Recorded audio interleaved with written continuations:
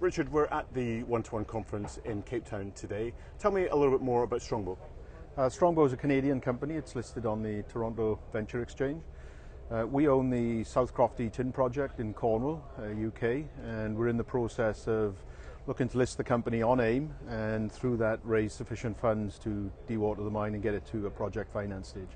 So a lot of key milestones for you over the next 6 to 12 months.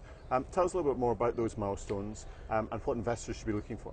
Well, we acquired the project in 2016.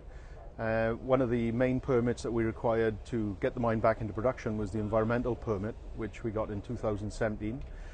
We've been working with local council then to move the project forward. We've published the first ever 43-101 mineral resource on the project.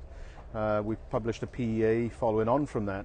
So the next step for us is to raise sufficient funds then to build the water treatment plant, dewater the mine, complete feasibility study, which would include 25,000 metres of underground drilling, and hopefully be in a position within 2 years to then raise the capital to put the mine back into production. And the key element of that will be the AIM listing that you're talking about there to raise the additional funds. So when's that due to happen? We're aiming to complete the AIM listing process by the end of March.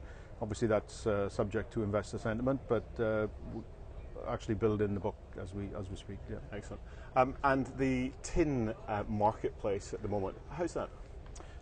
Tin from 2016 is up about 50-60%. It was around $13,000 a tonne in 2016. Today it's around $21,000 a tonne.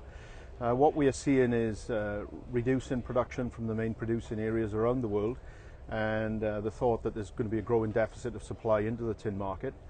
There's been some very interesting developments in the tin world over the last year with the publication by MIT in the US of the metals most impacted by advances in the high-tech world, so robotics, computing, electric vehicles, power generation, power storage, and they looked at various metals and which would be most impacted. And in that study, it looked like tin would benefit most from increased demand in those sectors. So the future looks very promising. So the one-to-one conference, how's that been for you?